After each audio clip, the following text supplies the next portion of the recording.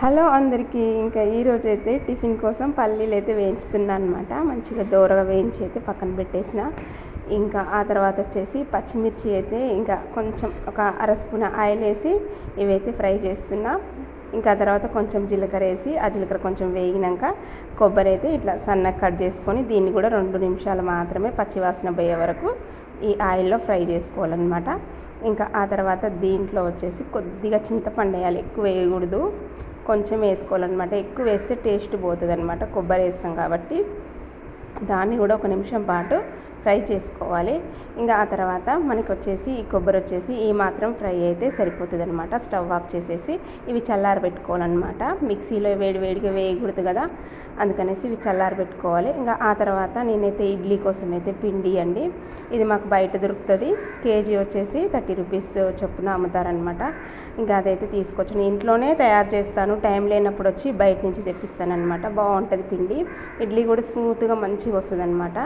ఇంకా ఈ పిండిని అయితే నేను ఇంకా సాల్ట్ వేసిన కాబట్టి బాగా కలుపుతున్నా. సాల్ట్ వేసినాక కలపలేదంటే, కొంచెం నార్మల్గా కలిపినామంటే ఉప్పు అక్కడక్కడ ఇడ్లీకి తగులుద్ది అనమాట. అందుకని బాగా కలపాలి దీన్ని. ఇక పిండి కూడా కలిపితే ఎంత మంచిగా కలిపితే అంత స్మూత్గా ఇడ్లీ కూడా వస్తుంది అనమాట.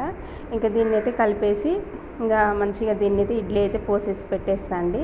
ఇంకా నేనైతే ఇడ్లీ అయితే పోసి పెట్టేసిన, ఉప్పు వేసేసి. ఇంకా చట్నీలో వేస్తాం కదా, దానికి తగ్గట్టుగా దీంట్లో కొంచెం వేసుకోవాలన్నమాట.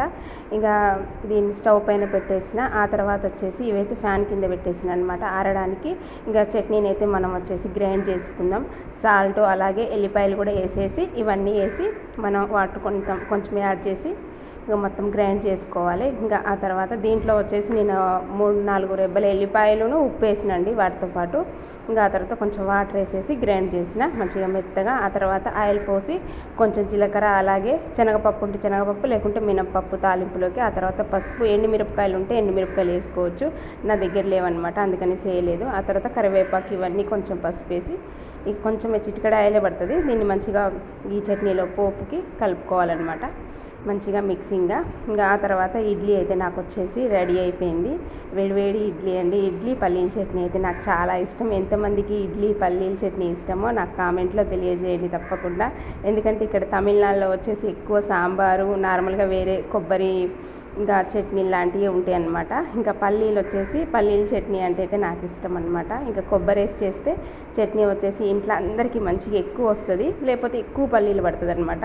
ఇక అట్లా అనేసి కొంచెం కొబ్బరి అయితే వేసిన అనమాట. అట్లా ఇడ్లీ చూడండి ఎంత స్మూత్గా మెత్తగా మంచిగా ఉంది, తింటా ఉంటే తినబుద్ధి అవుతుందండి ఈ ఇడ్లీ అయితే, అంత బాగుంటుంది. ఇంకా మా ఇంటి దగ్గర అయితే రవ్వ ఇడ్లీ ఉంటుంది, ఇదైతే రవ్వ ఇడ్లీ కాదు,